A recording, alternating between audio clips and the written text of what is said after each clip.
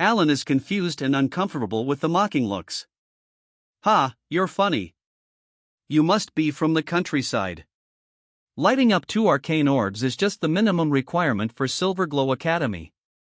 If the teachers aren't satisfied, they might not accept you at all. The boy who had asked Alan earlier laughs loudly. Quiet.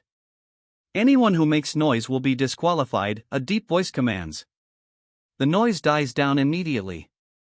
Alan doesn't care much about the mocking, but hearing the arcane instructor's warning, he becomes more subdued, afraid of being disqualified. Everyone here has at least lit 3 arcane orbs. Lighting up 2 is considered low, so there's nothing to be proud of, the boy whispers to Alan. Alan nods, starting to understand. Alec and his son, more experienced, stay silent. Despite the long line, each child's evaluation is quick, following the same procedure as the warrior test, retesting arcane energy talent, checking age, and then paying the fee. Finally, it's Alan's turn. Facing the white-bearded arcane instructor, little Alan feels nervous. Some bystanders recognize him and start mocking. Hey, isn't that the kid who claimed to light up 2 arcane orbs? Yeah, lighting up 2, so impressive, another joins in. Though young, Alan senses their sarcasm. The usually brash boy doesn't retort, instead giving them a cold look. Stretch out your hand, the old arcane instructor says indifferently. Alan calms down. Without wiping his dirty hand, he touches the shiny arcane orb. When Alan lights up the first arcane orb, the instructor's expression remains cold. Wow, he lit up one. This kid is really something, someone sneers. Alan isn't bothered, but Harold feels very embarrassed. Hurry up, light up 2 and move on. Don't waste our time, a young noble behind them says impatiently. Feeling the disdain from so many people, Alan is uncomfortable, but he doesn't show his usual rashness. Quietly, he continues his task.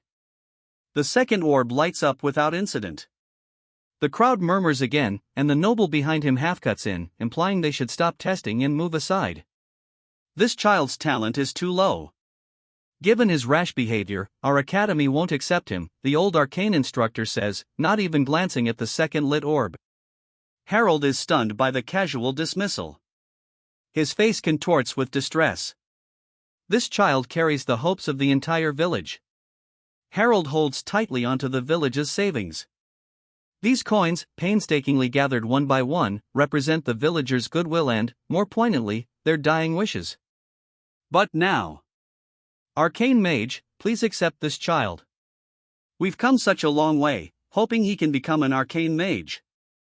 He's the hope of our entire village. Harold pleads, dropping to his knees. That night, bearing the villagers' hopes, Harold had fled with the 3 children, enduring pain and tears to reach the town. Roy's admission to the Warrior Academy has fulfilled half of their hopes. But Alan, get lost. Don't play the pity card here. Go back to your village and hunt. Arcane energy isn't for country bumpkins like you. Don't waste my son's time, the young noble says impatiently, his luxurious attire contrasting with Harold's ragged appearance. We're following the rules. You should leave and not waste any more time, the old arcane instructor says coldly.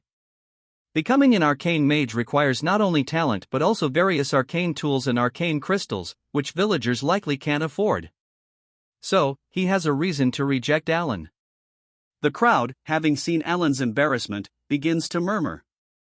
The arcane hall grows noisy, with many complaining that the 2 commoners are wasting time and should be thrown out. You idiots! I haven't touched the 3rd arcane orb yet. A young voice suddenly rings out, stunning everyone in the hall.